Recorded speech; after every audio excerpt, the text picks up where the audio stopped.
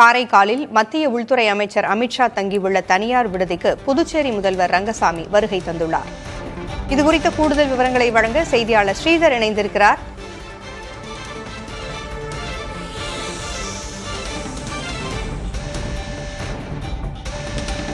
ஸ்ரீதர், அமித்ஷா வருகை தந்திருக்கிறார். அவர் தங்கியிருக்கும் தனியார் விடுதிக்கு புதுச்சேரி முதல்வர் ரங்கசாமியும் தற்பொழுது வருகை புரிந்திருக்கிறார். தொகுதி பங்கீடு குறித்து பேசுவதற்கான வாய்ப்புகள் இருப்பதாகவும் சொல்லப்படுகிறது.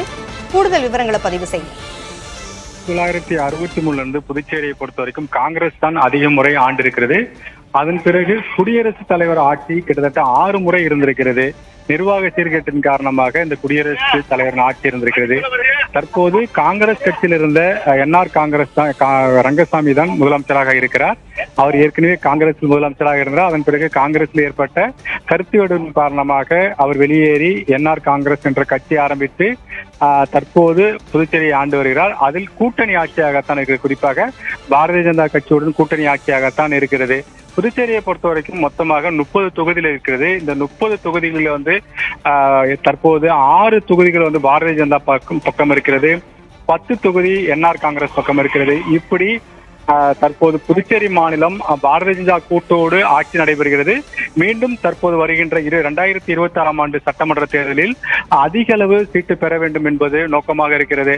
குறிப்பாக என்ஆர் காங்கிரஸ் 16 சட்டமன்ற தொகுதிகளில் கேட்பார்கள். மீதமுள்ள 14 சட்டமன்ற தொகுதி பாரதிய ஜனதா மற்றும் அதிமுக புதிய கட்சி ஏதேனும் வந்தால் அவர்களுக்கு அந்த 14 பிரித்து கொடுக்கப்பட வேண்டும் என்பது எதிர்பார்ப்பாக இருக்கிறது. ஆனால் என்ஆர் காங்கிரஸ் இந்த 16 சீட்டை பெறுவார்களா அல்லது கூடுதலாக பெறுவார்களா அல்லது குறைத்துக் கொள்வார்களா என்று ஒரு பெரிய எதிர்பார்ப்பு இருக்கிறது. ஆனால் என்ஆர் காங்கிரஸ் பொறுத்த வரைக்கும் 16 சீட்டில் கட்டாயம் அவர்கள் நிற்பார்கள், அதிலிருந்து இறங்கி வர மாட்டார்கள் என்று சொல்லப்படுகிறது. அது குறித்து தான் தற்போது பேசுவார்கள் என்று எதிர்பார்க்கப்படுகிறது.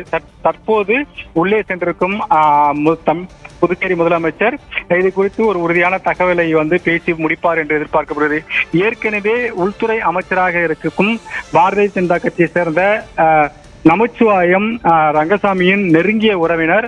அவர் மூலமாக இது ஏற்கனவே பேச்சுவார்த்தை நடத்தப்பட்டு ஒரு முடிவுக்கு வந்திருக்கலாம் என்றும் சொல்லப்படுகிறது. அது எது எப்படியாக இருந்தாலும் ஒரு தீர்வு என்பது இன்று முடிந்துவிடும். வருகின்ற 1ஆம் தேதி புதுச்சேரியில் பாரத பிரதமர் மோடி அவர்கள் வருகை இருக்கிறது. அந்த சமயத்தில் இவர்கள் கூட்டணி தலைவர்கள் அனைவருமே அந்த மேடை ஏறுவார்கள். அந்த சமயத்தில் ஒரு தெளிவு பெறும் என்று எதிர்பார்க்கப்படுகிறது. எப்போதும் அமித்ஷா வருகைக்கு பிறகு நிச்சயமாக மோடி புதுச்சேரிக்கு வருவது வழக்கமாக இருக்கிறது. தற்போது கூட புதுச்சேரிக்கு மையப்படுத்தி இந்த பேச்சுவார்த்தையின் மூலமாக ஒரு தீர்வு எட்டப்பட்டு அதன் பிறகு மோடி வருகையின் போது ஒரு சமரசமான ஒரு தீர்வு நிச்சயமாக மீண்டும் பாரதிய ஜனதா என்ஆர் காங்கிரஸ் ஆட்சி அமைக்க வேண்டும். அதற்கான ஏற்பாடுகளை செய்வதற்காகத்தான் தற்போது இந்த பேச்சுவார்த்தை என்பது ஒரு தெளிவாக நடத்தப்பட்டு வருகிறது. அது இன்னும் சற்று நேரத்தில் கிட்டத்தட்ட ஒரு 10-15 நிமிடம் தான் நடைபெறும் எதிர்பார்க்கப்படுகிறது. தகவல்களை வழங்கியமைக்கு நன்றி ஸ்ரீதர்.